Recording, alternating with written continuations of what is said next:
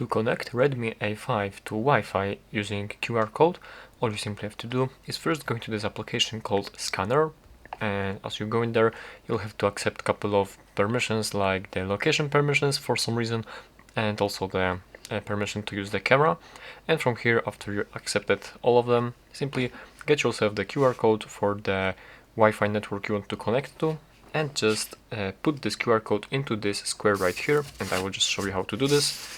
Simply put the QR code beneath the phone, put it into this scanner, and as you can see, here is the result. We have the network, and simply press connect button, and from here you'll have also to accept this location permission, I believe, and from here this is how to do this. As you can see, we are now connected to this Wi-Fi network, and it went pretty quickly and pretty easily. So that is how to do this. Thank you for watching.